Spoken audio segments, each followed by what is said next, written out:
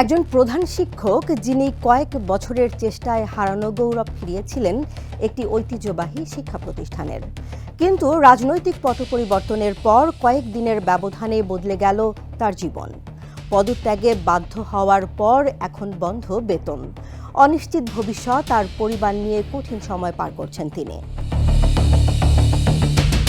ঢাকার ধামরাইয়ের সোয়াপুর নান্নার উচ্চ বিদ্যালয়ের প্রধান শিক্ষক আনোয়ারুল ইসলাম তালুকদারের অভিযোগ, 2024 সালের জুলাই গণ অভ্যুত্থানের পর তাকে চাপ দিয়ে পদত্যাগ করানো হয়। তার দাবি, তিনি কোনো রাজনৈতিক দলের সঙ্গে যুক্ত ছিলেন না, বরং প্রতিষ্ঠানের অনিয়মের বিরুদ্ধে অবস্থান নেয় একটি পক্ষ তার বিরুদ্ধে যায়। স্যান্ডেলিনা সো, রূপচর্চায় আভিজাত্য। শুধু একটি বিদ্যালয় নয়, দেশের বিভিন্ন শিক্ষা প্রতিষ্ঠানে একই ধরনের অভিযোগ তুলেছেন বহু শিক্ষক। স্কুল, কলেজ, বিশ্ববিদ্যালয়, মাদ্রাসা ও কারিগরি প্রতিষ্ঠানের অনেক শিক্ষক জানিয়েছেন, আন্দোলন, চাপ ও হেনস্থার মুখে তাদের পদ ছাড়তে হয়েছে। কোথাও সাময়িক বরখাস্ত, কোথাও পাঠদান থেকে বিরত রাখা হয়েছে তাদের। সংশ্লিষ্টদের তথ্য অনুযায়ী রাজনৈতিক পট পরিবর্তনের পর প্রায় 6,000 শিক্ষক জোরপূর্বক পদত্যাগ, বরখাস্ত কিংবা শ্রেণীকক্ষের বাইরে চলে যেতে বাধ্য হয়েছেন।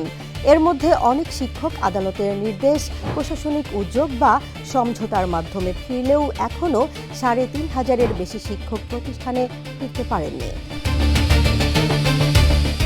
সবচেয়ে বেশি ক্ষতির মুখে পড়েছেন বেসরকারি শিক্ষকরা। অনেকের বেতন বন্ধ রয়েছে, কেউ কেউ চাকরি হারিয়ে আর্থিক সংকটে পড়েছেন। অভিযোগ রয়েছে, শিক্ষা মন্ত্রণালয়ের নির্দেশনা থাকলেও অনেক ক্ষেত্রে প্রতিষ্ঠান কর্তৃপক্ষ ও স্থানীয় বাধার কারণে শিক্ষকরা কাজে ফিরতে পারছেন না। বিশ্ববিদ্যালয়গুলোতেও একই চিত্র দেখা গেছে। একাধিক শিক্ষককে পাঠদান থেকে বিরত রাখা হয়েছে। কেউ কেউ বলছেন, অভিযোগ প্রমাণের আগেই তাদের শাস্তির মতো পরিস্থিতির মুখোমুখি হতে হয়েছে।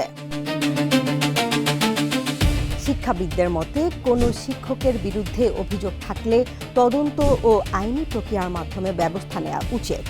মব বা চাপের মাধ্যমে শিক্ষক অপসারণ শিক্ষার পরিবেশকে ক্ষতিগ্রস্ত করে।